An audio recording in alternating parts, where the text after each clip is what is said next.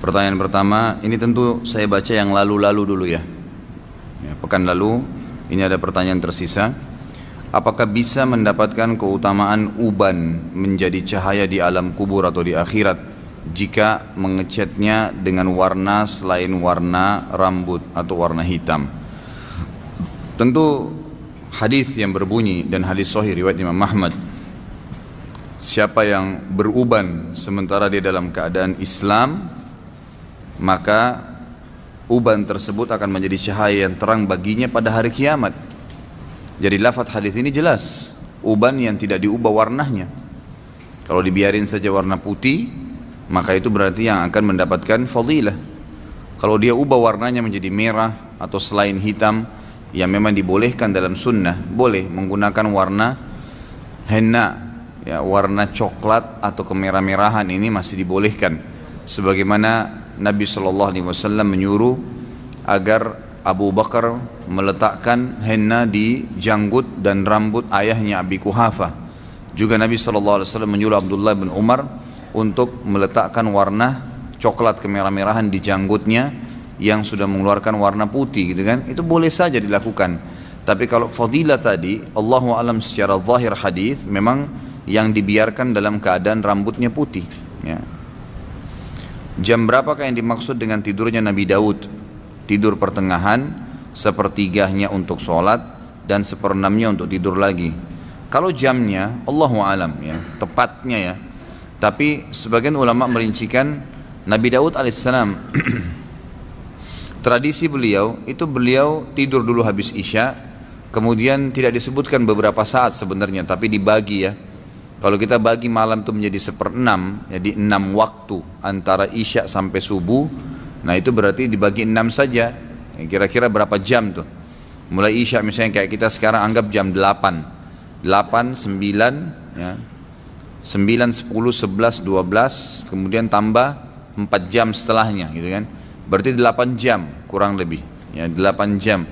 Maka ini yang dimaksud dengan 1/6 dibagi 6 waktu itu, 8 jam dibagi 6, ya, itu baru dihitung 1/6-nya. Beliau tidur di awal, ya, di 1/6-nya itu, kemudian beliau bangun setelahnya di waktu 1/6, ya. Misalnya kalau 8 jam dibagi 6 itu mungkin 1 jam sekian, ya, dianggap 1 jam sekian, ya, 1 jam mungkin 10 menit atau 15 menit. Berarti seperti itulah beliau tidur, lalu beliau bangun, kemudian beliau sholat, habis itu beliau tidur lagi, ya. Jadi beliau itu dalam semalam bisa 3 kali tidur dan 3 kali sholat. Allahu alam, itu yang dimaksud. Apakah ada keutamaan membaca surah Al-Waqi'ah? Apakah ada tuntunannya membaca sehabis sholat asar atau subuh? Apakah benar membaca Al-Waqi'ah 3 kali sehabis sholat asar untuk istri akan membantu istrinya mendapatkan rezekinya mudah? Ini Allahu alam, yang saya tahu hadis semua berhubungan dengan mengatakan Al-Waqi' bisa mendapatkan rezeki adalah hadis yang lemah, yang tidak dipakai oleh para ulama. Dan ini memang sudah disebutkan di dalam buku-buku yang berbicara tentang fadilah surah-surah dalam Al-Quran. Jadi ini memang hadis yang lemah dan tidak dipakai oleh para ulama. Jadi tidak benar lah kalau dikatakan surah Al-Waqi' bisa mendapatkan rezeki bagi suami atau istri. Apalagi ini ditentukan setelah selepas sholat asar atau sholat subuh. Dijurukan juga jumlahnya 3 kali. Ini malah tambahan dari hadis. Jadi tidak ada hadisnya memang sama sekali. Yang ada hadisnya memang yang lemah itu adalah surah Al-Waqi'ah. Siapa yang membaca surah Al-Waqi'ah dia akan mendapatkan atau dibukakan pintu rezekinya. Tidak disebutkan waktu subuh atau asar. Itu pun kalau dianggap bisa dipakai. Tapi ini hadis lemah, tidak bisa dipakai. Ditambah lagi dengan dibaca 3 kali habis asar untuk istri bisa membantu suaminya. Ini sama sekali tidak pernah ada panduan di dalam, ya, sunnah Nabi SAW. Apakah termasuk bid'ah jika kita melakukan amalan-amalan seorang ustadz agar menyampaikan hajatnya selama 40 hari? Semisal baca surah Yasin, surah Waqi'ah, tahajud, la haula wala quwata illa billah 300 kali, subhanallah wa bihamdi, subhanallahil azim 100 kali dan lainnya. Bolehkah melakukan sebagai usaha berdoa? Jadi sini saya perlu rincikan dulu, ya, perlu dirincikan terlebih dahulu.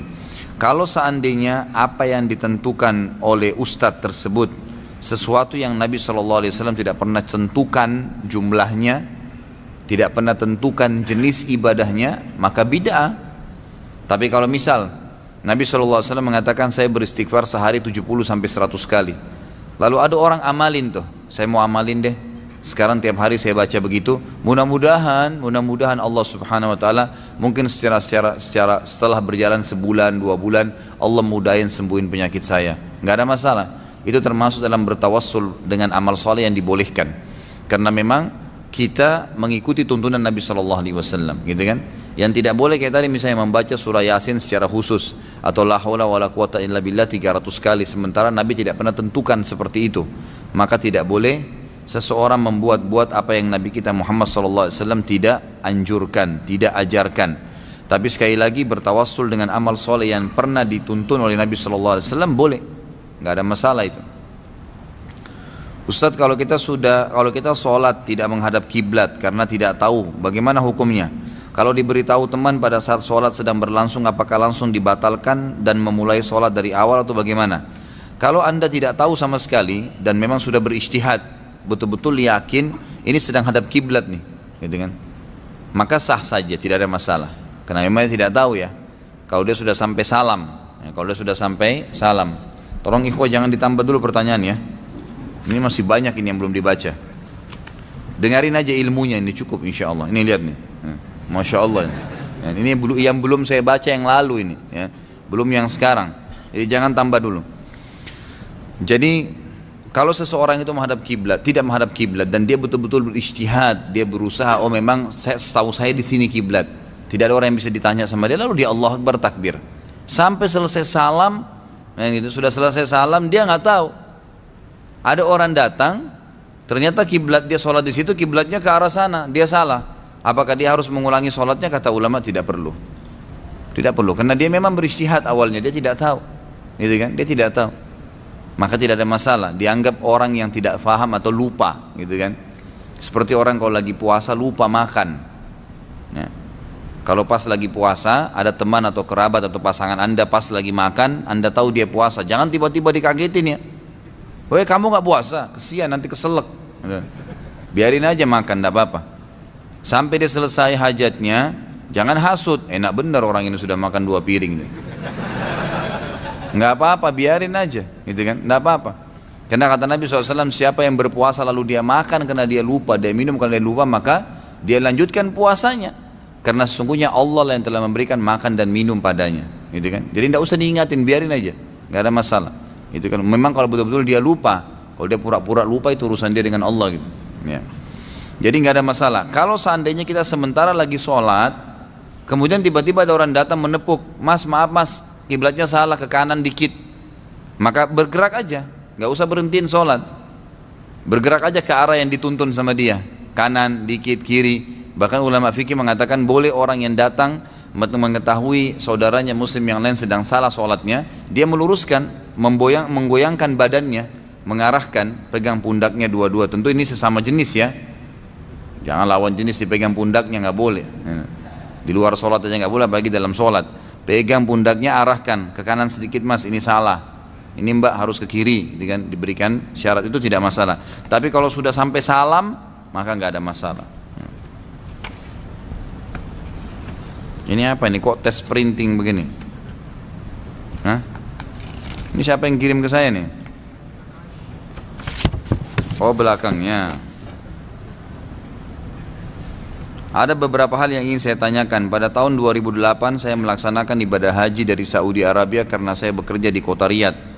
Pada saat melaksanakan mabit di Mina, rombongan kami tidak mabit di Mina namun di wilayah Aziziyah. Ini kayaknya sudah pernah saya baca ya, yang lalu ya. Saya sudah mengatakan Aziziyah itu tidak masuk wilayah Mina dan harusnya jemaah haji mabit di Mina. Ini sudah saya jawab yang lalu. Saat kerja di Saudi, saya sering melihat pekerja kasar dari Pakistan menyempatkan sholat berjamaah di masjid di sela-sela pekerjaan kasar mereka, seperti menggali jalanan, mereka bersihkan tanah dan debunya lalu sholat. Meskipun ada bau yang kurang sedap, karena bersebelahan dengan mereka. Kalau di sini tukang-tukang bangunan kalau diajak sholat selalu bilang pakaiannya mereka kotor atau merasa bau keringat, sehingga kadang tidak sholat sama sekali.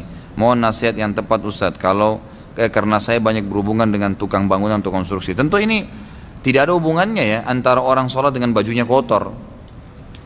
Sama dengan orang lagi jihad, penuh darah bajunya, sholat aja. Enggak, itu bukan najis. Kita tidak boleh pakai pakaian atau sejadah tempat sholat kalau jelas-jelas ada najisnya.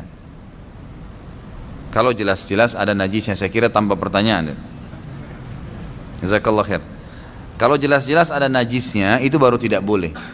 Tapi kalau cuman kotor, keringat, nggak masalah, jangan kehilangan waktu, gitu kan? Makanya dianjurkan kalau bisa pada saat berwudu, apalagi alhamdulillah masjid kita kayak sekarang ini sangat luar biasa ya. Kalau saya nggak malu ikhwah sekalian, saya selalu bawa kemana-mana tas saya atau ada kresek, saya bawa baju ganti. Saya kalau dari pengajian ke pengajian, mampir di masjid mana, saya mandi, saya sholat, mandi di situ, saya wudu, bersihin badan, segar kembali, baru saya masuk ke pengajian saya. Nggak ada aib di situ, malah bagus itu. Kan itu. Lalu sering gunakan roll on, sering gunakan pewangi badan, itu sunnah Nabi SAW. Kata Nabi, terutama laki-laki ya, kata Nabi SAW, dicintakan kepadaku dunia ini karena adanya wanita dan adanya minyak wangi. Makanya aneh kalau ada laki-laki nggak suka minyak wangi itu. Jauh dari sunnah Nabi SAW. Kantongin selalu, beli yang kecil, selalu kantongin, pakai minyak wangi kemana-mana. Itu sunnah Nabi SAW. Sudah baunya enak, dapat pahala lagi, gitu kan. Insya Allah yang hal-hal seperti ini nanti akan dihindarin.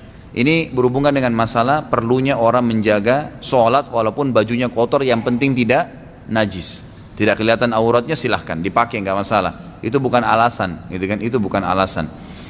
Kemudian kalau masalah tukang, memang ini semoga Allah berikan hidayah ya. Kita nggak usah bicara tukang. Ya, ini yang bertanya saudaraku, siapa saja di Indonesia ini mau pegawai kantor yang rapi pun AC semua, tetap kalau dia tidak mau sholat dia tidak sholat, gitu kan? Kalau di Saudi memang itu sudah umumnya orang faham, sehingga memang bisa dikatakan jarang, persentasenya kecil sekali orang yang tidak sholat berjamaah itu. Di sana kecil sekali. Memang betul-betul orang yang lemah imannya itu pun dia masih sholat sendirian, dia masih sholat. Dia bukan berarti tinggalin sama sekali, gitu kan? Yang tinggalin sholat itu bisa dihitung jari sebenarnya. Sampai seperti ada cuplikan itu, saya baru dikirimkan sama teman-teman di Saudi, saya terharu betul lihat cuplikan itu saudaraku. Jadi ada orang buta matanya, satu orang tua, bukan ulama, masyarakat biasa, buta matanya, tidak pernah tinggalkan 5 waktu sholat di masjid. Jadi antara rumah dia dengan masjid itu, dia minta satu orang tolong ikatkan tali, ada tiang listrik pas di sebelah pintu masjid. Masjidnya juga masjid biasa kecil di berkampungan gitu. Diikat tali di situ, tali itu panjang, ditaruh jalan di tanah, yang artinya diletakkan di tanah sampai depan pintunya dia. Jadi kalau orang buta ini mau ke masjid, dia keluar dari pintunya, dia pegang tali itu terus ditarik sama dia, jadi kencang talinya, lalu dipegang sama dia, menuntun dia sampai ke masjid. Buta, nggak bisa, nggak ada yang tuntun, sendirian tinggal di rumahnya, tapi tidak tinggalin 5 waktu sholat di masjid. Ada cuplikan yang lain luar biasa ikhwah, orang lumpuh, dia bahkan kalau mau jalan ke masjid itu, kalau dia mau jalan dia bolak-balikan badannya, tangannya nggak ada, kakinya nggak ada. Tapi luar biasa nggak tinggalin sholat berjamaah di masjid. Ada cuplikan-cuplikannya tuh di Saudi, unik-unik gitu, luar biasa gitu. Mereka betul-betul memang mungkin sudah penanaman iman ya dari orang tuanya kepada anak-anak ini. Mudah-mudahan Allah berikan hidayah orang-orang kita gitu. Ya ini pekerja-pekerja kasar, bukan cuma sholat, Ramadan nggak puasa, gitu kan? Padahal di Saudi itu orang puasa semua walaupun bekerja keras, gitu kan? Mereka tetap puasa, buka puasa rame-rame gitu, nggak mengganggu. Dan ini memang sunnah Nabi SAW, dan itu kan tergantung sugestinya. Kalau kita puasa, kemudian sudah disugesti awalnya negatif, sebentar jam 11 saya haus nggak ya? Saya lapar nggak ya? Ya haus dan lapar benar. Tapi kalau kita memang niatnya sugesti, niat itu sebenarnya sugesti ya. Sugestinya dia, saya insya Allah sampai azan maghrib tahan, insya Allah sampai isya pun saya tidak lapar. Memang benar, insya Allah kan seperti itu. Mungkin buka puasa cuma seteguk air, makan kurma cukup buat dia, habis isya, habis tarawih baru dia makan. Ada orang begitu, nggak ada masalah buat dia. Itu kan, jadi tergantung niatnya. Pak Ustaz, bagaimana dengan pakai minyak wangi di hari Jumat di bulan Ramadan? Bukankah di bulan Ramadan tidak boleh pakai minyak wangi? Siapa yang bilang nih? Nggak ada masalah.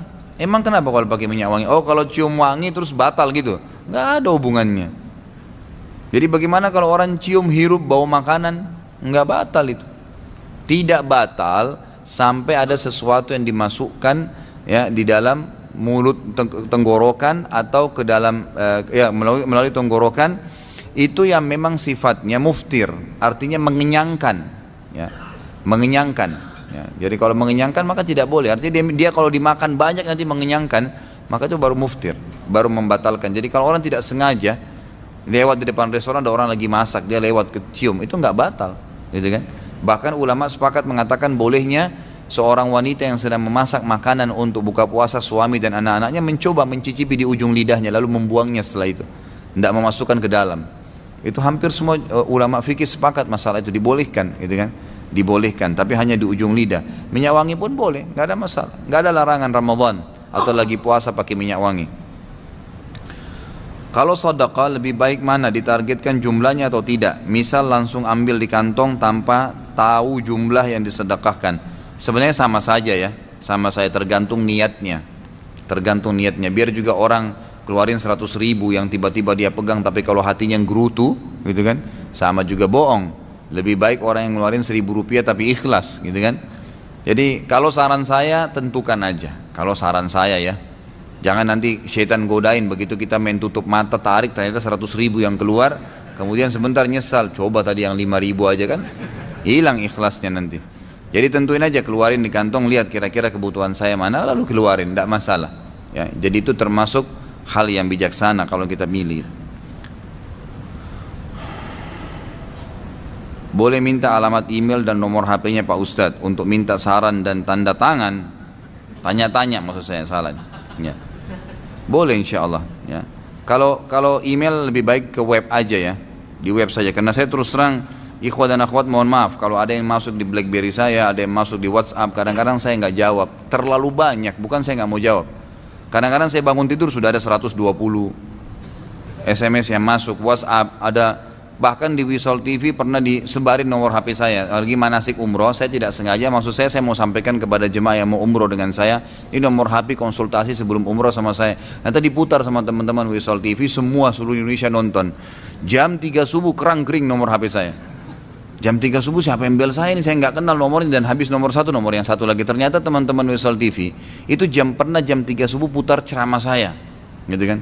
Dan jemaahnya ini rupanya kira itu live, mereka telepon ke studio nggak ada yang jawab, ditelepon ke HP saya. Bunyi luar biasa, saya pikir ada apa-apa, mungkin keluarga saya ada masalah, tapi alhamdulillah sih tidak ada masalah ya.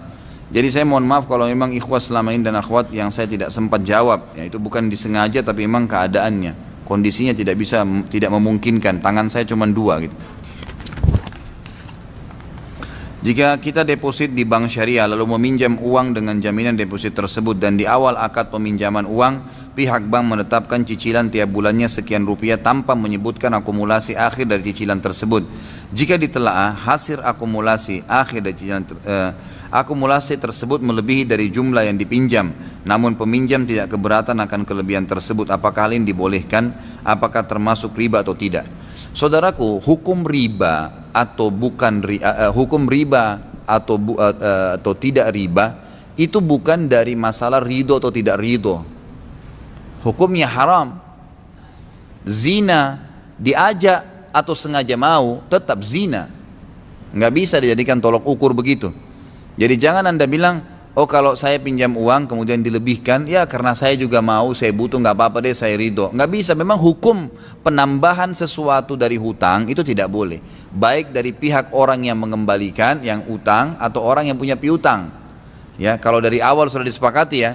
Tapi kalau misal saya pinjam 1 juta, kemudian saya sudah kembalikan uang teman saya itu, dan ternyata dari uang itu memang saya pakai investasi berhasil, saya dapat untung 2 juta rupiah. Saya merasa terima kasih, saya berikan kepada dia 100 ribu. Tapi tidak ada hubungan dengan, tidak ada kesepakatan awal akan berlebihan, akan dilebihkan. Karena utang nggak boleh lebih. Dan teman-teman begini ya, tolong garis bawahi 1 poin. Pisahkan di dalam hati kita antara sesuatu yang sifatnya investasi, untuk dunia dapat keuntungan, dengan sesuatu yang sifatnya untuk mendapatkan pahala. Jangan semuanya dihitung harus ada keuntungannya. Akhirnya kita teman minta tolong antarin saya ke sana dong. Ini dapat apa saya di sana nih? Berpikir duniawi, harus ada sesuatu nih. Dapat sesuatu nggak ya? Nanti kalau ke sana dapat duit nggak ya? Dapat apakah? Ini sesuatu. Kalau nggak mau jalan. Nggak boleh. Pisahin di hati kita itu. Kalau investasi bisnis, baru kita hitung-hitungan keuntungan. Tapi ada juga yang sifatnya memang sedekah. Emang nggak ada imbalan tuh, nggak usah berharap imbalan. Meminjamkan uang masuk di dalamnya. Ya, minjamin uang ke orang itu nggak boleh ada imbalan. Emang sudah begitu. Gadai nggak boleh ada imbalan. harap pahala dari Allah Subhanahu wa taala. Bahkan seorang muslim harus ini dominan dalam hidupnya dibandingkan dengan tadi yang investasi itu. Banyak orang tidak bedain ini saudaraku, semua harus dihitung duit.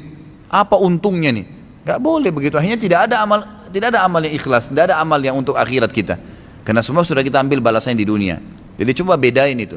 Bahkan para ulama itu lebih cenderung selalu hampir 99% hidup mereka itu semua yang investasi akhirat, semua yang dapat pahala. Yang cuma 1% aja nih yang untung. Itu saja.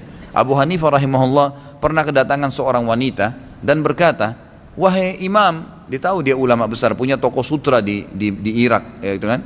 Dikatakan oleh perempuan ini, tolong juallah kepada saya sutra yang saya butuhkan, tapi tidak kamu mendapatkan keuntungan yang besar, tidak juga kamu rugi.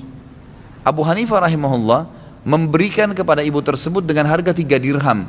Nggak mungkin gitu. Sutra sendiri nggak mungkin, modalnya pun nggak mungkin 3 dirham. Ibu itu kaget, dia mengatakan, wahai imam, anda pasti rugi dengan ini. Harga sutra itu minimal 10 dirham, ini dijual 3 dirham. Apa kata Abu Hanifah rahimahullah? Perhatikan nih, pedagang yang sukses dan punya iman. Apa yang dia bilang saudaraku? Dia bilang, bu, sebenarnya saya sudah beli sutra ini 20 biji, 20 piece gitu kan. Dan saya sudah untung dari 19 piece yang sebelumnya. Maka yang 1 piece ini saya berikan kepada anda untuk melengkapkan saja dari modal saya dan keuntungan yang sudah saya ambil. Saya hitung-hitung ternyata cuma tinggal kurang 3 dirham saja, maka saya berikan kepada anda. Sampai dagang pun bisa bersedekah, bantu orang.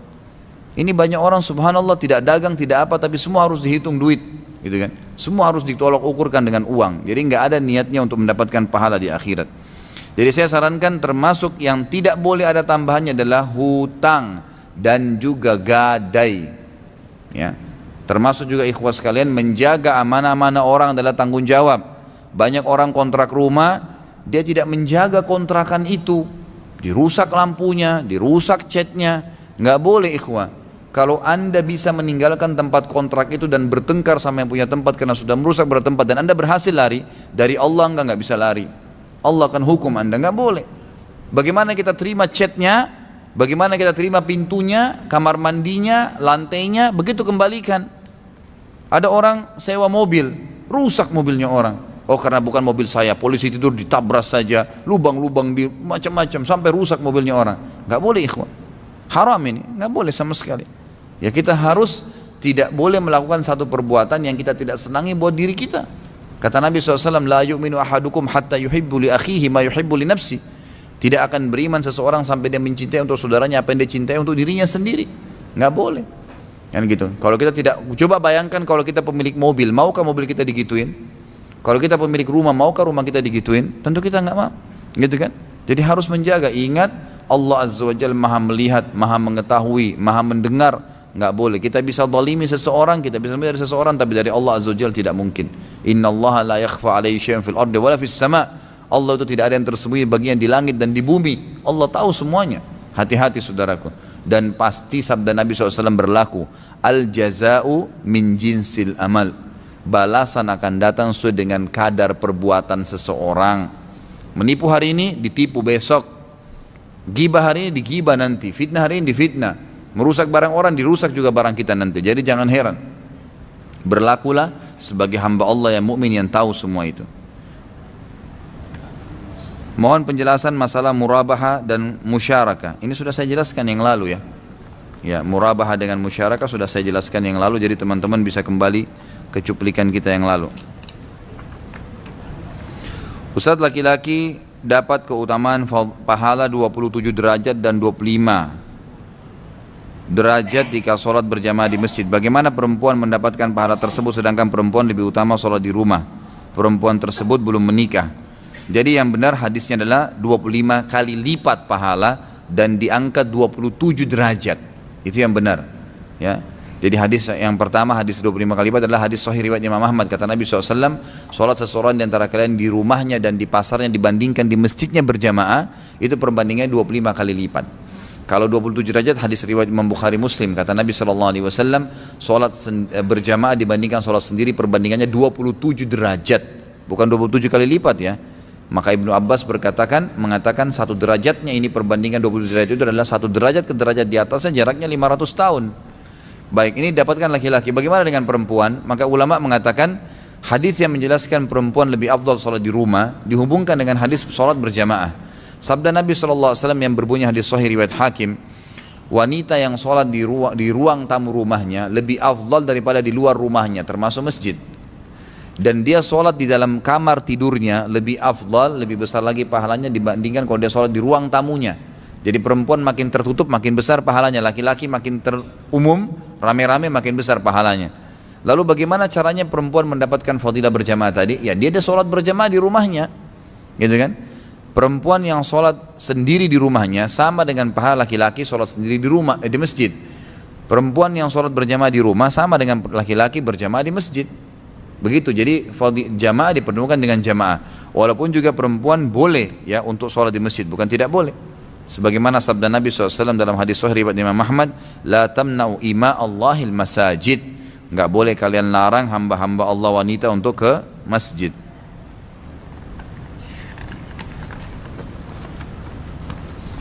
Waalaikumsalam warahmatullahi wabarakatuh. Apa boleh kita meminjam uang dari bank syariah dengan jaminan deposit? Ini sudah tadi ya. Hampir sama ini.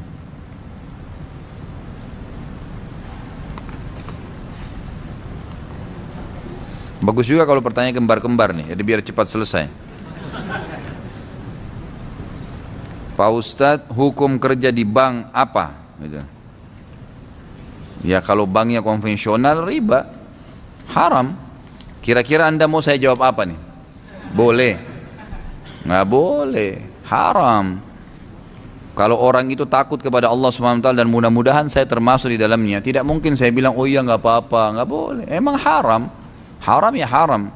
Jangan cari celah ya. Ini kadang-kadang kesian Ustadz ini selalu diserang, dicari, diubah atau dikemas dan demikian pertanyaan untuk supaya boleh gitu kan. Ini kalau haram dalam Islam haram. Jangan dicari dari sampingnya halal nggak, dari bawah halal nggak ada. Haram ya haram, selesai. Anda lakukan konsekuensinya ada hukum. Dan banyak pintu halal, kenapa harus cari yang haram? Jadi sarannya apa ya? Jangan kerja di bank konvensional, saran saya. Lalu saya harus sekarang bagaimana Ustaz kalau saya keluar saya nggak punya gaji? Subhanallah. Yang kasih Anda makan dari bayi memang pimpinan bank Anda sekarang. Allah Subhanahu wa taala. Kok sekarang baru kerja 2-3 tahun aja sudah ketakutan? Lalu yang Anda hidup 27 tahun yang sebelumnya itu siapa yang kasih makan dan minum? Nggak boleh begitu. Harus yakin Allah Azza wa Jalla. Allah mengatakan dalam surah Az-Zariyat ayat 50, A'udzubillahi minasyaitonir rajim, wa ma khalaqtul jinna wal insa illa liya'budun, ma uridu minhum 50 sampai 52 ya. Ma uridu minhum min rizqi wa ma uridu minhum an yut'imun, innallaha war-razzaq dzul quwwatil matin. Ya. Saya tidak perintahkan jin, saya tidak ciptakan jin dan manusia, semua jin, semua manusia kecuali untuk beribadah kepadaku. Kata ulama apa? Patuh, yakin, tunduk, minta maaf sama Allah kalau salah, yakin Allah memberikan rezeki yang mengatur hidupnya, matinya, semuanya, gitu kan? Dan Allah mengatakan saya tidak minta balasan kok dari apa yang telah mereka saya berikan makan dan minum. Allah tidak minta juga kita memberikan sesajen, nggak perlu. Sesungguhnya Allah lah satunya pemberi rezeki. Razzaq itu pemberi rezeki, kemudian kalau habis diulangi, dikasih lagi. Buah sudah berbuah, panen lagi nanti, musimnya keluar lagi. Itu namanya Razzaq, pembeli rezeki yang non-stop. Air sudah dipakai nih, diserap oleh matahari, disaring di awan, diturunin lagi sama Allah dengan hujan. Begitu terus, udara, oksigen, segala dipersiapkan oleh Allah SWT. Itu Razzaq. Allah SWT berikan rezeki semut di lubangnya. Bagaimana bisa kita manusia yang khalifah di muka bumi lalu takut dengan rezeki? Bagaimana caranya? Tinggalkan yang haram saudaraku. Dan kata Nabi SAW, man taraka syai'an lillah abdalahu khairan min. Siapa yang meninggalkan sesuatu karena Allah, ikhlas karena Allah, Allah akan gantikan yang lebih baik. Pasti itu, gak usah ragu. Siapakah Ya'juj Ma'juj dan apa mereka bagian dari tentara Dajjal? Ini ada bahasan sendiri ya, gak bisa sekarang. Ini panjang bahasannya nih. Nanti insya Allah di tanda-tanda hari kiamat akan ada bahasan tuh.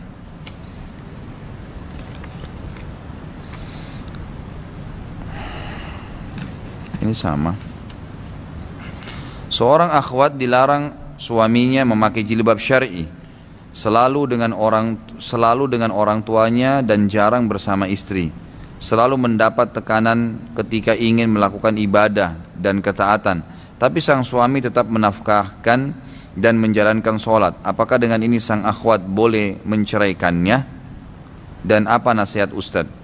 Ini cobaan dalam rumah tangga. Semua orang akan diuji oleh Allah Subhanahu wa ta'ala. Kalau anda mau, anda sabar, berdoa dan menjalankan apa yang sifatnya memang tidak melanggar hukum Allah. Jadi dalam hukum Allah Subhanahu wa ta'ala, dalam syariat Allah ini, kalau bertemu antara haknya Allah yang wajib dan haknya suami yang wajib, kalau belum menikah haknya orang tua yang wajib. Jadi haknya Allah yang wajib kayak sholat 5 waktu. Dengan haknya orang tua atau suami yang wajib, misalnya dipanggil, ya, orang tua panggil anaknya wajib menjawab, suami panggil istrinya wajib jawab. Ini berarti wajib makhluk. Maka kalau bertemu keduanya, haknya Allah yang wajib didahulukan. Kalau bertemu antara sunnah haknya Allah, bukan wajib ya, sholat sunnah, puasa sunnah, dengan hak wajibnya makhluk yang Allah tentukan, tadi misalnya menjawab panggilan suami atau orang tua, lagi sholat sunnah, maka wajib yang sunnahnya haknya Allah ditinggalkan, dilakukan wajibnya makhluk. Ya, ini hukum yang sudah disepakati oleh para ulama, gitu kan. Jadi pertemukan masalah ini. Kalau suami anda tidak melarang anda pada hal-hal yang sifatnya wajib dalam agama, gitu kan. Misal tadi masalah hijab syar'i, ya memang itu wajib. Ini tidak ada kepatuhan pada si suami. Bukan haknya dia masuk ke wilayah itu. Istrinya mau sholat 5 waktu dilarang, nggak boleh sholat. Nggak ada urusan sama suami itu. Karena kata Nabi SAW, la ta'ata li makhlukin fi ma'siyati khaliq. Nggak boleh patuh dengan makhluk kalau berbau maksiat kepada Allah, sang pencipta, nggak boleh. Orang tua juga nggak boleh dipatuhin. Nak, buka aja jilbabmu nak, kalau tidak ibu murka. Nggak ada ceritanya, itu nggak ada murkahnya Allah. Kecuali kalau memang hal-hal yang Allah perintahkan kita untuk patuh, itu lain. Tadi misalnya termasuk haknya Allah yang sunnah. Tidak boleh bapak ibu sekalian tetap, atau ibu-ibu terutama, paksain tetap sholat sunnah, suaminya panggil ya fulana kesini, tetap dia sholat. Oh, saya lagi sholat sama Allah. Nggak boleh kalau sunnah. Harus didahulukan hak wajibnya makhluk. Ya kan gitu. Lagi puasa sunnah, suaminya mau berhubungan biologis, ya dia batalin. Itu kan. Karena memang ini sunnah, ini wajib. Gitu kan. Jadi harus didahulukan haknya makhluk. Gitu. Jadi seperti itu. Kalau masalah yang lainnya, masalah misal dia lebih memilih ibunya, misalnya waktunya ada dibagi untuk ibunya, itu anda harus bisa mengerti memang, karena wajib bagi dia bakti dengan ibunya. Kesalahan juga sebagian akhwat kita, dia tidak dukung suaminya pada saat bakti dengan orang tuanya, itu nggak boleh, ya, nggak boleh. Dia jadi penyebab, dia marah, dia cemberut, akhirnya suaminya jadi bimbang ke ibunya atau ke istrinya, ya nggak boleh. Harus dibiarkan dia ke ibunya. Bahkan anda dapat pahala, gitu kan. Yang penting jangan dia dari pagi sampai malam sama ibunya. Si suami juga harus mengerti, gitu kan. Artinya dia berikan hak ibunya, dia juga berikan hak keluarganya. Insya Allah itu bisa dibagi waktu kok. Itu bisa dibagi waktu. Jadi anda harus dahulukan masalah ini, karena memang baktinya dia kepada ibunya atau orang tuanya, ayahnya wajib. Ya itu wajib, nggak boleh. Ustaz, jika meninggalkan sholat Jumat 3 kali maka kufur. 3 kali itu berturut-turut atau dalam semasa hidup? Saya terus terang belum menemukan lafadz khusus ya.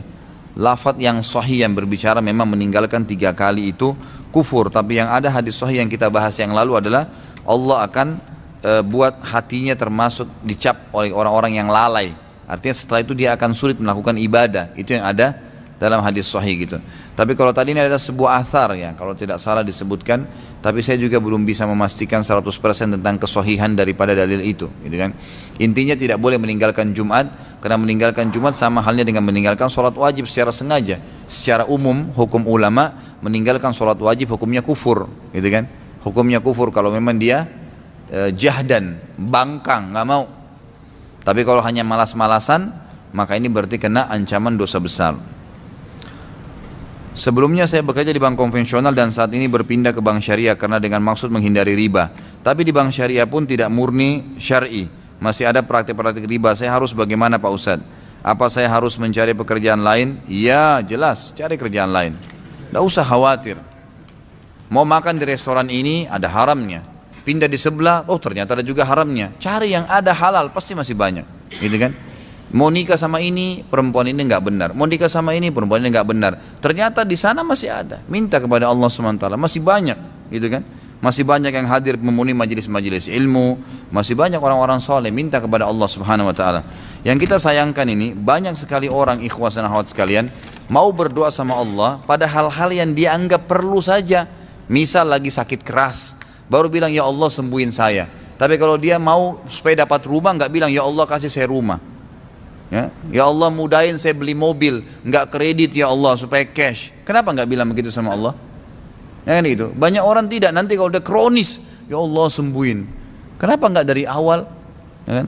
Kita dianjurkan dalam agama Islam untuk selalu bergantung, menggantungkan nasib kita, merengek sama Allah. Bahkan dalam hadis sahih riwayat Tirmidzi kata Nabi SAW, "Man lam yad'ullah yaghdab alaih." Siapa yang tidak merengek sama Allah, tidak rutin berdoa, tidak selalu berkeluh kesah kepada Allah, maka Allah murka padanya. Sampai dikatakan dalam pepatah bahasa Arab, jangan kau minta kepada manusia, karena kalau kau minta padanya dia akan marah-marah, gitu kan? Tapi mintalah kepada zat yang kalau kau tidak minta malah dia marah. Allah itu malah marah kalau kita tidak minta. Minta, tamak, boleh tamak dalam rahmatnya Allah. Dianjurkan, kata ulama lebih afdal, lebih besar pahalanya minta dijaga kesehatan oleh Allah. Ya Allah pertahankan kesehatanku ini yang kau berikan. Ya Allah pertahankan rumah tanggaku. Ya Allah pertahankan rezekiku ini. Daripada nanti sudah datang cobaan baru kita minta, sakit baru bilang ya Allah sembuhin. Boleh, bukan nggak boleh, tapi lebih afdal ulama bilang minta dipertahankan kesehatan daripada minta sembuh pada saat sakit. Lebih baik minta rezeki itu ditambahkan pada saat rezeki lagi banyak daripada nanti sudah bangkrut baru minta kasih jalan keluar sama Allah. Boleh, tapi ini lebih afdal. Artinya cobalah bergantung kepada Allah Subhanahu wa taala, gantungkan nasibnya, gitu kan? Minta kepada Allah Subhanahu wa taala. Jadi kita harus begitu. Apapun kendala kita berdoa kepada Allah Subhanahu wa taala, minta, ya sujud, minta kepada Allah Subhanahu wa taala. Allah itu Maha mendengar, Maha mengetahui, gitu kan? Dan pasti akan menjawabnya. Jika sehabis sholat wajib atau sunnah terus kita ketika adab mau berzikir atau berdoa wudu kita batal disebabkan kentut, apakah boleh diteruskan zikir dan doanya atau harus ambil wudu lagi? Boleh, nggak masalah ya. Jadi batalnya wudu itu tidak menghalangi orang untuk berzikir habis sholat, karena tidak ada syarat untuk wudu kalau mau berzikir. Ya beda kalau membaca Al-Quran, Allahu alam. Tapi jangan sering-sering kentut di masjid ya. Boleh dijelaskan tentang kaidah ini Ustaz? Setiap orang musyrik pasti kafir, tapi tidak setiap orang kafir itu musyrik. Nah iya, musyrik itu kan mempartisipasikan Allah dengan makhluknya, seperti kasus ya orang-orang musyrik Mekah. Mereka yakin ada Tuhan namanya Allah, tapi mereka juga menyembah berhala. Ini namanya orang musyrik ya. Ini pasti kafir, semua musyrik pasti kafir. Tapi tidak semua kafir itu musyrik. Misal ada orang kufur kepada Allah, orang ateis, nggak ada Tuhannya, kafir namanya. Tapi dia tidak musyrik, artinya dia tidak partisipasikan Allah dengan makhluknya, dia tidak sembah berhala, nggak minta-minta di kuburan, nggak ada musyrik. Maka dia kafir saja. Makanya dikatakan semua musyrik pasti kafir, tidak semua kafir itu musyrik. Ya. Saya pernah sholat berjamaah tapi suara imam tidak kedengaran karena situasi masjid yang berisik. Saya bisa ikuti gerakan imam dengan cara melirik ke arah depan atau mengira-ngira ketika sujud. Sholat saya sah tidak ya Ustadz? Bagaimana hukumnya? Sah saja, nggak ada masalah. Ya kan? Artinya kita bisa merasakan gerakan orang di sekitar kita itu sudah satu hal yang dibolehkan dalam Islam. Gitu ya. Itu nggak ada masalah. Kalau memang situasinya begitu ya. Ustadz, kami sekeluarga belum pernah ada yang ke Tanah Suci. Saya berniat untuk dapat ke Tanah Suci bersama orang tua, namun sampai saat ini saya baru dapat mengumpulkan dana untuk berangkat satu orang. Saya harus mendahulukan orang tua atau saya duluan? Anda duluan. Kalau dalam masalah ibadah harus mendahulukan diri sendiri, nggak boleh orang lain, termasuk orang tua. Ya, kalau dalam ibadah ya, pas sholat, ya sholat duluan. Saf pertama masuk duluan. Pada saat ada kosong di sebelah baru suruh orang di sebelah datang masuk. Jangan kita lagi di belakang, persilakan orang masuk saf pertama, kita di belakang, nggak boleh. Anda juga butuh pahala itu, gitu kan? Jadi dahulukan diri sendiri. Makanya Nabi SAW pernah mengatakan kepada seorang sahabat yang bilang waktu mau haji, labbaik Allahumma labbaik, labbaik Allahumma an syubrumati. Ya Allah, saya jawab panggilanmu untuk haji ini, saya mau haji untuk syubrumah. Syubrumah ini istilah bagi keluarga yang sudah mati. Ada juga sebagian ulama mengatakan kerabat atau orang yang dikenal, ya orang yang punya hubungan kerabat tapi tidak mampu lagi haji dan umroh, disilakan dengan syubrumah. Apa kata Nabi SAW? Kamu udah haji buat dirimu belum? Dia bilang belum ya Rasulullah. Kata Nabi, haji dulu buat dirimu, baru kau haji buat kerabatmu tadi. Jadi harus diri sendiri, gitu kan? Kalau punggung tangan wanita itu termasuk aurat bukan? Ya ini kalau Imam Syafi'i mengatakan tidak, tapi kalau Imam Ahmad mengatakan termasuk aurat, gitu kan? Khilaf diantara mereka tentang masalah ini, dan insya Allah ini adalah sebuah khilaf yang positif saja ya, karena semua punya dalil. Imam Syafi'i mengatakan wanita itu semua aurat kecuali wajah dan telapak tangan, beranjak daripada hadis Bukhari yang menjelaskan tentang masalah bolehnya wanita membuka wajah dan telapak tangan di sholat, dan bolehnya juga wanita membuka telapak tangan dan wajah pada saat dinazar, dilihat oleh laki-laki yang mau menikahinya. Nah beliau mengatakan di sini berarti hukumnya sunnah saja cadar itu, dan ini juga didukung oleh Syekh Albani rahimahullah. Beliau menulis buku tentang sunnahnya menggunakan cadar dan bukan kewajiban. Tapi Syekh Tuwaijiri dan syekh-syekh yang lain, para ulama-ulama sekarang, banyak mereka mengatakan kembali kepada Imam Ahmad, mengatakan cadar itu dan kaos tangan wajib bagi wanita. Apalagi kalau wanita itu adalah fitnah, dasarnya punya kulit yang putih, memang fitnah, telapak tangannya dilihat jadi fitnah bagi orang gitu kan. Wajahnya kalau dibuka malah berbahaya, menjadi fitnah. Maka ini sampai pada tingkat diwajibkan baginya untuk menutup dirinya dari fitnah, karena tujuan hijab itu sebenarnya adalah menyelamatkan wanita dari fitnah. Allahu alam. Jadi ini insya Allah tergantung kondisi gitu kan. Kalau di sebuah lokasi itu umumnya orang sudah biasa kenal cadar, Anda pakai cadar. Artinya tidak disorotin lah ya, tidak menjadi subahanan. Itu lebih baik, lebih afdal, lebih sempurna. Karena Imam Syafi'i juga mengatakan tetap lebih afdal cadar dan kaos tangan gitu kan, tetap lebih afdal. Tapi hukumnya sunnah, hukumnya sunnah. Tapi kalau Anda melihat memang dengan Anda pakai di situ ya ada masalah, ya sebaiknya Anda hindari. Yang penting jangan sampai melampaui batas minimal wajah dan telapak tangan.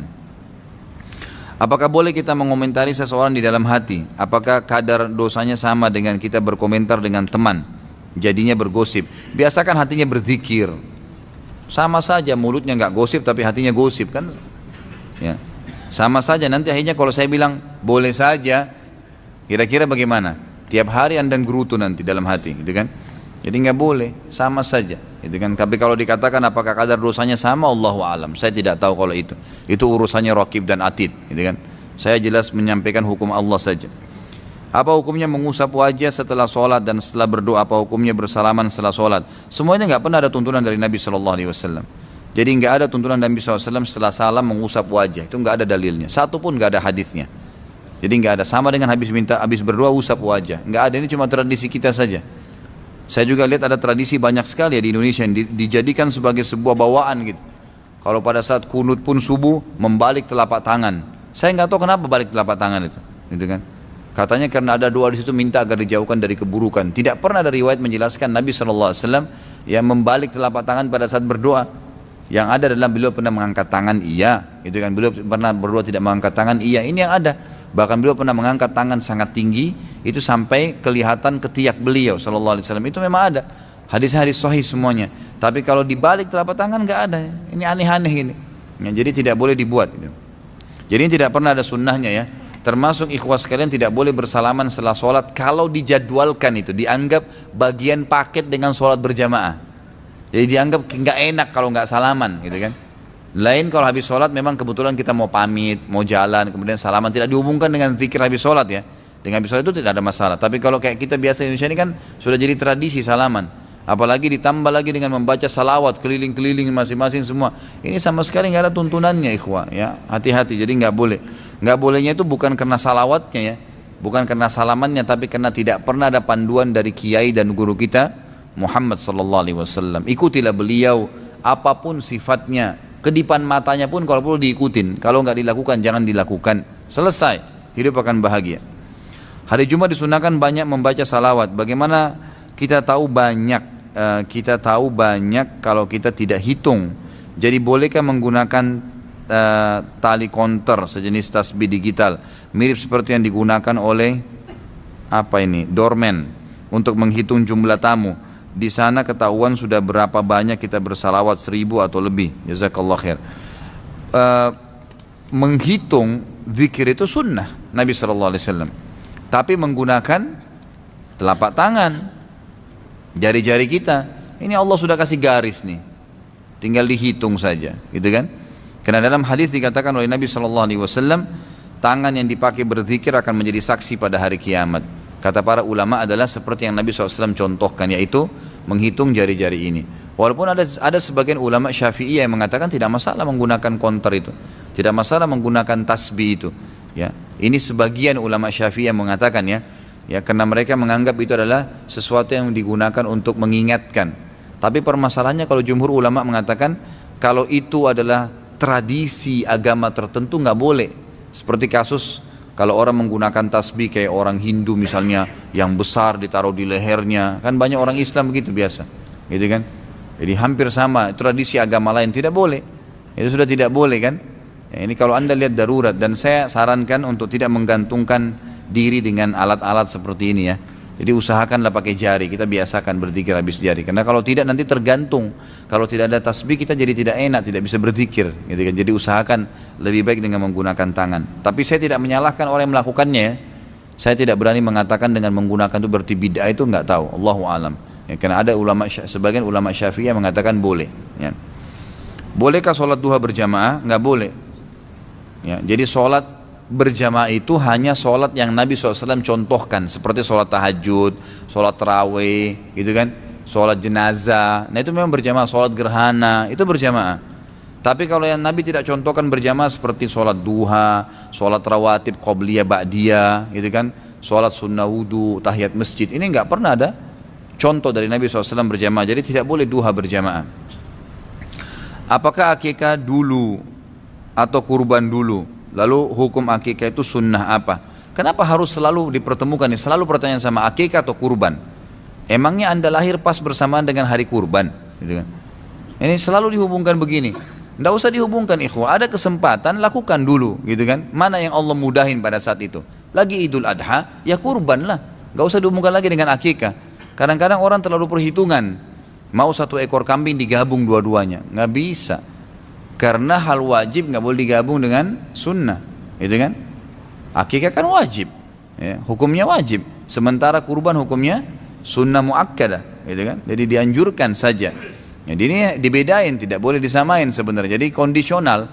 Kalau anda lihat pas tiba Idul Kurban, memang saatnya ada dana untuk kurban, kurban saja. Niat kurban, nanti insya Allah rezeki lagi. Dalam pendapat yang marjuh ya, dinomor duakan oleh para ulama, adalah orang kalau belum akikahkan dirinya pada saat kecil atau orang tuanya belum akikahkan, maka boleh dia akikah pada saat dia dewasa. Tapi pendapat yang rajih, kalau sudah lewat dari hari-hari yang ditentukan oleh Nabi SAW, hari ke-7 dari hari lahirnya, maka sudah gugur kewajiban akikahnya. Allahu a'lam. Diperbolehkan atau tidak ketika menjalankan puasa Daud lalu puasa Senin Kamis juga, atau puasa Ayyamul Bid? Kalau berpapasan ya, bersamaan, misal gini, antum niatnya puasa Daud mulai hari ini, besok kan berarti buka puasa ya, lusa puasa lagi kan begitu, setelahnya buka puasa terus puasa lagi. Misal hari ini hari apa nih? Hari Rabu. Baik, antum sudah niat hari ini puasa Daud, berarti besok kan seharusnya tidak puasa ya. Seperti itu. Biarin aja, itu besok tidak puasa. Jadi tidak boleh digabung keduanya nih. Karena kalau kita puasa juga besok Kamis, berarti syarat puasa Daud terbatalkan. Syaratnya apa? Puasa sehari, buka puasa sehari, itu syaratnya. Jadi kalau orang paksain diri besok puasa dengan niat Kamis, berarti dia batalin puasa Daudnya, keluar dari syaratnya kan. Nah kalau Jumat berarti puasa, Sabtu tidak, Ahad puasa, Senin tidak. Nanti Kamis depan tuh, Selasa puasa, Rabu tidak, Kamis puasa, gitu kan. Nanti kalau Kamis depan kena itu, berpapasan memang hari Kamis dan puasa Daud anda, boleh anda gabungkan niat sunnahnya. Dalam hati saya mau niat puasa Kamis dengan puasa Daud. Tapi nggak boleh kayak tadi, Rabu mulai puasa Daud, Kamis besok Kamis puasa Kamis lagi, karena dia membatalkan ya niat Daudnya dengan sendirinya. Apa hukumnya? Apa ini? Raja ya. Apakah sama dengan jimat? Karena saya pernah membaca bahwasanya raja dibolehkan asal isinya ayat Al-Quran, dan katanya dahulu sahabat pernah melakukannya dengan menulis ayat kursi kalau tidak salah dan dijadikan kalung. Sama sekali nggak benar riwayatnya ini.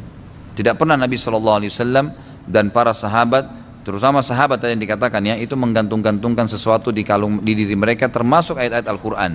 Ya, karena Nabi SAW tidak pernah perintahkan itu, tidak pernah perintahkan. Kalau raja ini, ya istilah ini sebenarnya digunakan juga ya.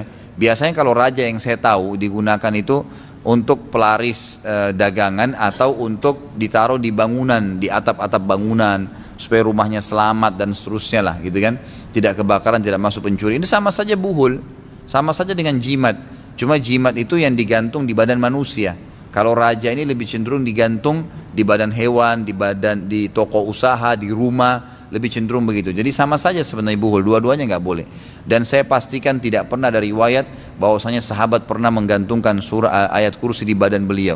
Ya, ini tidak pernah ada riwayat masalah ini selama saya pelajari ya. Dan saya pastikan karena saya sering membedah buku, membongkar praktek sihir dan perdukunan, ada dalil-dalilnya yang jelas. Kemudian saya pernah membedah buku Jangan Takut dengan Syaitan. Kemudian ada banyak buku-buku, banyak sekali buku yang saya bedah. Rata-rata itu memang sudah rujukan-rujukan referensi utama dalam masalah-masalah seperti ini. Dan ini tidak pernah ada. Tidak pernah ada riwayat yang menjelaskan para sahabat pernah menggantungkan ayat ya di dalam badannya. Jadi tidak perlu saudaraku. Yang ada adalah berdoa. Seketika berdoa pada saat itu. Merasa tidak nyaman, berdoa kepada Allah. Ya Allah, kok hati saya gundah ya. Ya sembuhinlah, hilangkanlah. Ya Allah, perut saya nggak enak. Berdoa kepada Allah SWT. Jadi ini kembali kepada pernyataan tadi saya ya. Bahwasanya harus setiap apapun berdoa kepada Allah. Sakit perut, pertama langsung ya Allah sakit saya perut sembuhkan. Baru minum obat, baru cari dokter. Dahulukan Allah Subhanahu wa ta'ala. Apa hukumnya DP yang digunakan sebagai uang booking seat dan hangus bila batal? Perjanjian tersebut sudah disepakati di awal sebelum DP. Dan yang tersebut tadi rela jika hangus. Saya sudah jawab tadi ya. Jadi bukan masalah Anda rela atau tidak. Zina tapi karena rela, nggak ada ceritanya, sama saja, gitu kan? Enak benar kalau bisa pakai istilah rela nih. Jadi nggak boleh, gitu kan? Jadi bukan masalah itu, tidak boleh sama sekali. Tidak boleh ada namanya hangus haknya orang lain. Kasih tanda jadi boleh, batal kembalikan, nggak ada masalah. Kenapa harus takut? Oh nanti nggak laku, siapa yang bilang? Itu kan Anda sendiri yang bilang. Allah SWT bisa memberikan rezeki, laku kok insya Allah. Ustaz, dalam muamalah apa saja yang dilarang? Jika pohon yang buahnya ke orang buahnya ke tanah orang buahnya boleh dimakan nggak? Bagaimana jika ayam yang bertelur di tempat orang lain? Bagaimana hukum telur tersebut?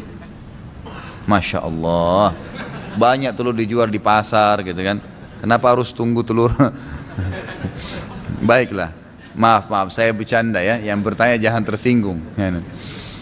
Jadi kalau dalam muamalah yang tidak boleh itu dasar-dasarnya tidak boleh ada pendapatan modal yang haram. Pertama dulu itu, memulai usaha tidak boleh modalnya haram. Kapan modalnya dari sumber haram, menipu, hasil riba, hasil pencurian, manipulasi, ya harta rampasan dari bukan haknya di warisan, pasti bangkrut,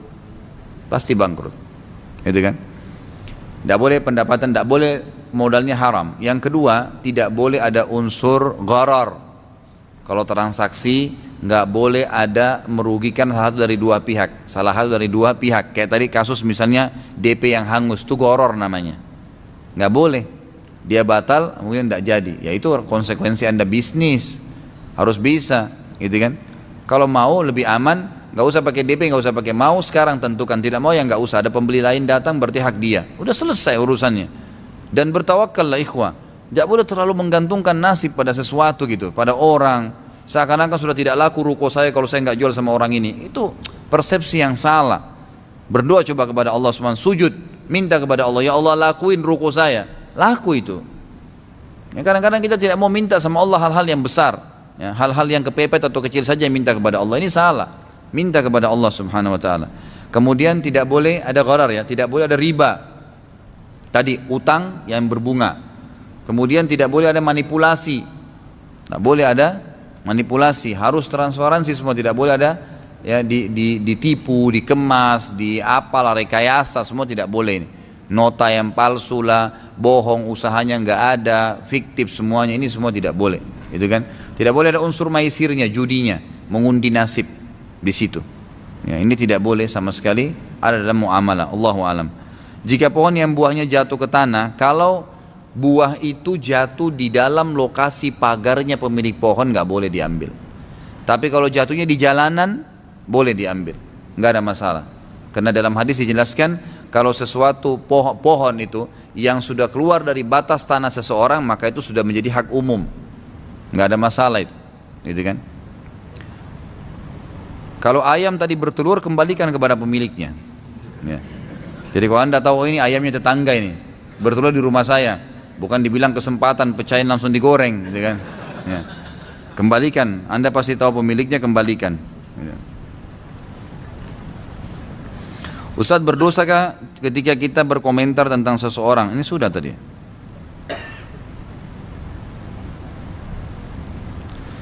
Kalau laki-laki hukumnya wajib untuk sholat di masjid, lalu sholat apa yang dilakukan di rumah menjadi imam sholat berjamaah keluarga? Kebanyakan masyarakat kita memahami suami sebagai imam keluarga melakukan sholat di rumah untuk dapat mengimami istri dan anaknya. Bagaimana sebenarnya Ustaz? Boleh suami menjadi imam buat istrinya dan anaknya di rumah. Siapa yang bilang tidak boleh? Tapi dia tidak usah tinggalkan sholat berjamaah di masjid. Itu kan dicontohkan oleh sahabat Nabi yang mulia Mu'adz bin Jabal radhiyallahu anhu. Beliau selalu 5 waktu sholat itu sholat berjamaah sama Nabi di masjid. Setelah itu beliau kembali lagi ke sukunya jadi imam lagi. Nggak masalah itu, boleh. Gitu kan? Tapi sholat dia yang kedua sudah terhitung sunnah, bukan lagi sholat wajib. Itu dalil sahih riwayat Bukhari. Riwayat Bukhari yang lain berbunyi bahwasanya ada seorang sahabat masuk ke masjid sementara sudah selesai sholat berjamaah Nabi SAW lagi zikir. Ada seorang datang mau sholat sendiri, kata Nabi SAW, siapa yang bersedekah untuk saudaranya ini nih supaya nggak sholat sendiri? Abu Bakar berdiri mengatakan, saya Rasulullah. Maka berdiri Abu Bakar sholat, tapi Abu Bakar sini sudah sholat sunnah. Kita lagi kalau sholat sunnah di masjid, lagi sholat ba'diyah ada orang datang, lalu dia tepuk pundak kita, biarin aja dia ikut, biarin dia niat jamaah, enggak ada masalah, ya. Jadi jangan malah dikasih isyarat atau buru-buru sholat supaya dia nggak ikut berjamaah, enggak, biarin aja, nggak masalah, gitu kan. Sedangkan kita tidak lagi sholat saja boleh menemani dia, nggak ada masalah itu. Kalau ikhwah-ikhwah yang sudah faham dan akhwat sudah faham itu pasti kalau dia lagi mau sholat, ini sudah pada sholatnya, iya, temani saya dong, siapa yang mau bersedekah, nanti berdiri lagi temannya satu, nggak ada masalah itu, sudah jadi hukum sunnah bagi dia, gitu kan. Jadi nggak ada masalah itu. Ustadz, ayah saya suka pergi ke dukun, semoga Allah kasih hidayah. Namun ketika diingatkan beliau sholat, saya coba untuk mengajak beliau untuk ruqyah syariah, beliau tidak percaya. Beliau sholat Beliau sholat juga karena ingin mendoakan saya agar dapat menikah. Karena saya tidak mau untuk diajak pergi ke dukun. Apakah amal ibadah ayah saya diterima? Ayah saya suka membantu orang Ustaz. Apa yang harus saya lakukan? Pertama doakan, itu kan. Semoga Allah SWT berikan hidayah. Yang kedua, manusia itu subhanallah akan tunduk di depan wahyu, ilmu. Ya, kalau kita sampaikan sesuatu yang ilmiah kepada orang, orang akan bisa menerima itu. Hanya orang keras hati yang tidak bisa terima. Jadi coba jelaskan, datangkan dalil-dalil syar'i, penjelasan, gitu kan. Dan saya sarankan penanya ini beli buku. Ada pernah saya bawain contoh tuh kecil, membongkar praktik sihir dan perdukunan. Mungkin antara 10 sampai 15 ribu harganya, kecil. Dalamnya ada gambar-gambar. Coba dikasih hadiah, biar dibaca oleh beliau, gitu kan. Kalau beliau suka baca. Kalau tidak suka baca, apalah kira-kira metode misalnya mendengarkan ceramah tentang dukun dan ini, bosnya tidak boleh. Di antaranya hadis Nabi SAW saja. Ya, dan ayah ini sama dengan suami ya. Jadi tidak boleh menggunakan metode menghardik. Laki-laki itu selalu langsung egonya yang lebih besar. Ya, jadi makanya seperti menasihatin orang lain, ya kesannya atau bertanya, sebenarnya tujuannya untuk menasihatin. Jadi kalau ayah begitu, misal kita katakan, ayah ada sebuah hadis menurut ayah bagaimana tuh? Misalnya hadis Nabi yang sahih riwayat Tirmidzi, yang kata Nabi SAW, siapa yang mendatangi dukun, peramal, penyamun, ya, kemudian bertanya padanya, belum percaya tidak diterima sholatnya 40 hari. Ini ada di buku ini ayah, nih hadisnya nih, menurut ayah bagaimana? Misal contoh, gitu kan? Atau saya dengar ceramah tadinya ada yang menyampaikan begini, menurut ayah bagaimana? Dengarin pendapatnya. Kalaupun dia spontan misalnya, memang hatinya mau cari kebenaran, insya Allah dia akan terima. Tapi kalau enggak, paling tidak dia mungkin pada saat itu defense, dia menolak. Tapi insya Allah dia akan merenungi apa yang anda sampaikan, insya Allah. Jadi doakan lalu nasihatin. Ilmu akan mengubah seseorang dari keras menjadi lunak, dari kasar menjadi lembut, gitu kan. Jadi dari bodoh menjadi pintar, dari kafir menjadi beriman. Itu semua dengan ilmu. Anda hadir di majelis ta'lim begini mendengarkan ilmu, itu akan menambah iman. Berjam-jam pun kita duduk, insya Allah kita akan terima. Karena itu sesuatu yang oh iya manfaat ya, oh iya begini ya, kita dapat manfaat. Saya bingung dan sedih karena akhir-akhir ini pengemis yang biasa saya bawakan makanan sudah tidak ada lagi. Penyapu jalanan selewat saya kerja juga tidak ada. Kemudian saya salurkan ke anak-anak kurang mampu. Namun ternyata pada hari itu kebetulan anak-anak itu banyak yang tidak hadir pada kegiatan pendidikan informal rutin mereka. Sehingga makanan yang saya bawa tidak habis. Apa yang salah dengan saya, Ustaz? Karena insya Allah uang yang saya gunakan bukan sesuatu yang diharamkan. Ya, ini termasuk tanda keimanan ya. Tinggal Anda pertahankan insya Allah. Ini sangat positif. Dan saya sarankan kalau memang mereka tidak ada, atau mungkin pada saat kita sedang memberikan bantuan pada fakir miskin, coba tanya di mana alamatnya, ambil nomor HP-nya, ya kan? Dalam masalah itu sangat positif. Mungkin sesekali kita bisa kunjungin, jenguk kalau dia lagi sakit, gitu kan? Dan itu banyak contoh dari para ulama, dari sahabat dan tabi'in, mereka biasa mendatangi rumah orang-orang miskin, gitu kan? Melihat keadaan mereka, mereka gembira kalau dikunjungin, dijenguk kalau sakit, dibantu langsung, mungkin bisa dibukain usaha. Ya itu mungkin akan insya Allah akan menghilangkan kasus-kasus seperti ini. Dan Anda juga tidak usah sedih, insya Allah akan ada banyak orang-orang yang fakir, gitu kan, yang bisa menerima apa yang Anda berikan. Misal Anda rutinkan menjadwalkan membantu sebuah rumah anak yatim, gitu kan, itu sudah jelas yayasan sosial yang kita jadi donatur rutin tiap bulan. Saya kan pernah tawarkan teman-teman nih, banyak program kita di sini ya. Ada pernah menggali sumur di Jawa Tengah, ada penerbitan buku-buku doa yang kita bagi cuma-cuma. Kemarin pada saat kita beli kamera untuk web ini, berapa juta orang yang nonton ini, berapa banyak pahala yang Anda dapatkan kemarin waktu kita beli kamera, sekitar 40 juta berapa gitu kan. Sampai saya dihubungin sama teman-teman dari Prancis, dari kemarin ada dari Jerman, ada dari Australia, banyak tuh. Dari Hong Kong itu hampir semua TKW kita nonton acara ceramah kita nih. Mereka download, mereka ikutin, mereka masuk di grup WhatsApp saya bertanya. Itu Masya Allah gitu. Berapa banyak pahala yang didapatkan gitu. Anda bisa jadi donatur rutinnya, gitu kan. Bisa jadi rutin untuk membiayai misalnya web ini, ayo kita tingkatkan ke masalah tingkat ke TV, ke apa, kan bisa saja. Atau Anda datangi rumah anak yatim khusus, pegang di situ berapa sih, di sini anak yatim 200 orang, berapa yang dibutuhin beras, oh 5 kalung, satu karung 25 kilo, baik sudah, saya pegang satu karung dia tiap bulan rutin, transfer uangnya atau berikan beras, kan bisa begitu ya, sehingga tempatnya itu jelas, tidak seperti tadi kasus ini orang yang tidak jelas, mungkin dia sudah meninggal, mungkin dia pindah tempat, maka kita tidak tahu. Ini solusi dari saya. Kalau saya sholat ba'diyah atau qobliyah duhur dilakukan hanya 2 rakaat, apa hukumnya? Nggak ada masalah, sunnah, boleh-boleh saja gitu kan. Tapi sayang, kenapa nggak sholat 4 rakaat sebelum, padahal itu sunnah rawatib ya. Ba'diyah duhur memang 2 rakaat, tapi qobliyahnya 4 rakaat. Kalau jarak antara azan dan iqamah hanya sebentar, tidak memungkinkan untuk sholat 4 rakaat, bagaimana Ustaz? Saya sarankan begini, saran saya ya, kalau saya biasa kerjakan, sholat sunnah yang 4 rakaat itu kan boleh dikerjakan 4 rakaat langsung, sebagaimana bolehnya mengerjakan sholat malam, sholat tarawih itu 4 rakaat kan, bisa 2 rakaat, 2 rakaat salam, 2 rakaat salam, bisa 4 rakaat salam, 4 rakaat salam gitu kan. Witirnya bisa 2 salam, 1 rakaat lagi ditambah, atau 3 rakaat sekaligus, cuma syaratnya 1, tidak pakai tahiyat pertama, itu saja. Nah kalau Anda masuk masjid, Anda khawatir nih, kira-kira nanti keburu nggak 4 rakaat ya, niat dari awal 4 rakaat, pada saat kita lagi rakaat ketiga iqamah, udah berhentiin aja sholatnya, nggak ada masalah ya, karena memang tidak boleh, kata Nabi SAW, tidak ada lagi sholat sunnah dengan iqamah sholat wajib, tidak boleh lagi kan gitu. Jadi Anda batalin saja, tiba-tiba batalin, sudah masuk di shaf, Anda sudah dapat pahala 4 rakaat kan gitu. Ada solusi lain, kalau misalnya kita baru niat mau sholat 4 rakaat sebelum duhur, lalu sudah 2 rakaat salam, 2 rakaat belum dikerjain, sudah iqamah, bagaimana caranya? Kerjakan ba'diyah ya, gabungkan dengan ba'diyah atau kerjakan sebelum ba'diyah, gitu kan. Nabi SAW pernah mengerjakan ba'diyah duhur itu setelah sholat asar. Para sahabat bingung, dalam hadis Bukhari itu Nabi SAW begitu salam berdiri, habis asar nih, berdiri sholat sunnah, sahabat gak ada yang berdiri, bingung ada apa nih. Setelah salam kata para sahabat, ya Rasulullah, turun ke wahyu mengubah hukum sekarang? Kata Nabi SAW, tidak ya, ini sholat sunnah ba'diyah duhur saya yang tadi saya lupa kerjakan, atau saya belum kerjakan karena saya tersibukkan dengan satu kaum yang bertanya kepada saya dan meminta bantuan. Berarti sini Nabi SAW tahu, atau ada yang mengatakan juga lupa kan gitu ya, beliau kemudian kerjakan di ba'diyah asar, jadi boleh saja. Apakah boleh menggunakan perawatan anti angin, apa ini, anti agin, anti penuaan, menghilangkan keriput-keriput, karena mengecat rambut dengan warna hitam saja tidak diperbolehkan? Boleh saja, nggak ada masalah, itu kan, tidak ada sesuatu yang haram di situ. Yang tidak boleh kalau mengubah ciptaan Allah, ada jerawat dihilangkan, boleh saja, giginya nggak rata dirapiin, nggak ada masalah. Karena itu merapikan, membersihkan, merawat kan boleh. Itu namanya merawat ya. Memang kata ulama merawat tubuh ini dianjurkan. Rapi rambut. Nabi SAW menganjurkan di hari Jumat apa?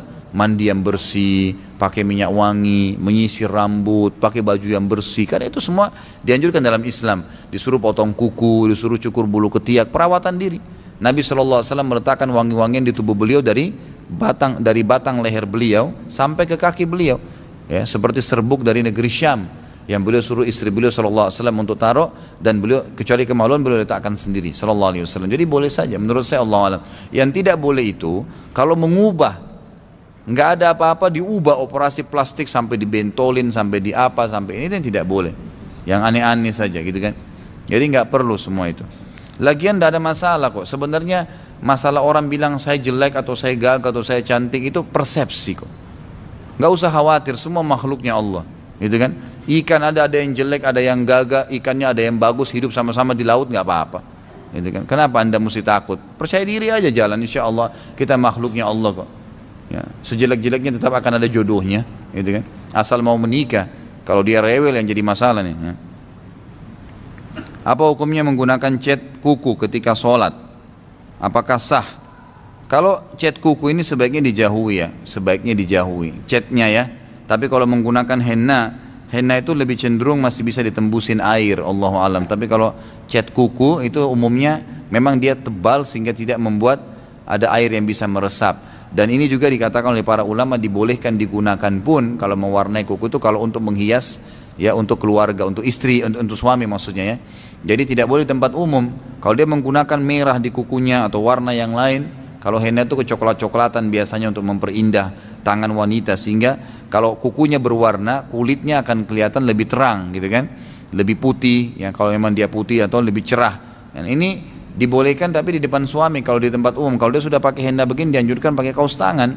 Ini karena menjadi fitnah. Kapan menjadi fitnah maka dianjurkan untuk menutupnya. Bolehkah dalam Islam bekerja di bank? Sudah tadi. Kenapa semua banyak tanya bank ini? Berhenti aja dari bank ini.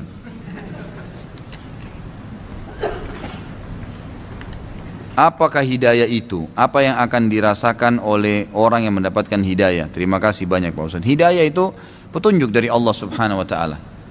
Contoh kecil yang Anda hadir sekarang di sini.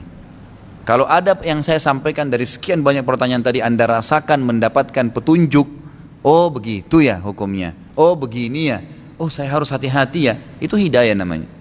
Allah berikan petunjuk. Sebagian ulama mendefinisikan adalah ilham yang Allah masukkan ke dalam hati manusia karena mengikuti panduan wahyu. Itu namanya hidayah. Ya, ilham yang Allah masukkan dalam hati manusia karena mengikuti panduan wahyu, itu namanya hidayah. Yang dirasakan adalah perubahan. Dia akan rasakan perubahan, dia akan merasa lebih dekat dengan Allah, lebih tahu, lebih faham, lebih hati-hati. Penampilannya akan lebih keislami, perkataannya akan dijaga dan seterusnya gitu. Pada saat kita yakin jika Islam itu adalah agama yang paling baik dan benar, dan pada saat kita memutuskan untuk pindah agama ke Islam dan ibu kita tidak merestui perbedaan tersebut, apa yang harus kita lakukan? Karena yang diajarkan Islam adalah dosa besar jika kita melawan orang tua, ya, apalagi ibu yang melahirkan kita sendiri. Sudah saya bahasakan tadi, kaidahnya adalah la ta'ata li makhlukin fi ma'siyati khaliq. Nabi SAW mengatakan tidak boleh patuh kepada makhluk pada hal yang berbau maksiat pada sang pencipta. Orang tua itu yang mewajibkan kita patuh padanya adalah Allah, gitu kan? Tapi Allah Subhanahu wa taala tidak membolehkan kita patuh pada makhluk itu kalau berbau maksiat padanya. Tidak boleh. Tadi saya sudah kasih contoh, muslimah pakai jilbab, ibunya bilang kamu harus buka, nggak boleh dipatuhi. Orang tua kita non muslim, kita mau masuk Islam, itu kan kebenaran. Itu tidak ada hubungannya dengan orang tua kita ngikutin, gitu kan? Kita mau sholat dilarang, tidak boleh kita patuh. Tapi kita tetap berbuat baik sama beliau pada hal-hal yang memang diperintahkan dalam agama. Siapin makanannya, siapin bajunya, bersihin kebutuhannya, bersihin tempat tidurnya, ya penuhi kebutuhan bulanannya, itu silakan, itu tidak ada masalah pada hal-hal yang dibolehkan.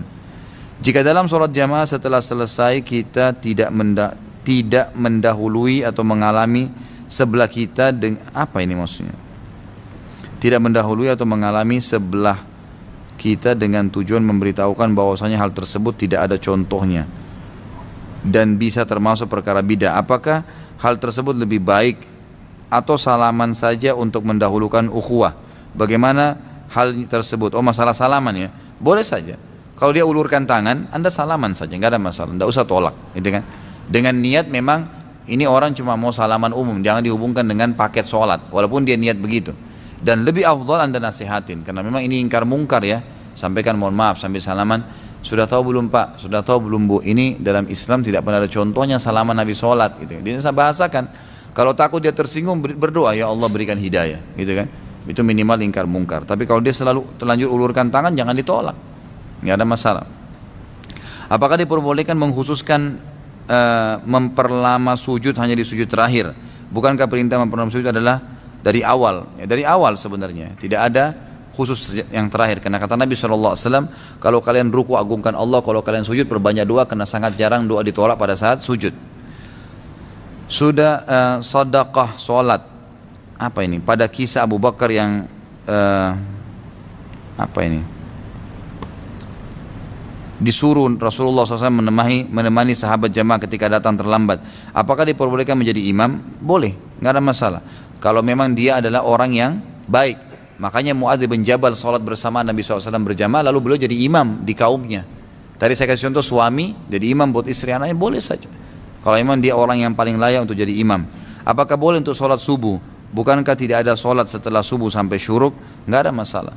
Ya, itu kan jadi begini, hal-hal yang dilarang berlaku hukumnya sampai ada yang membolehkannya, gitu kan?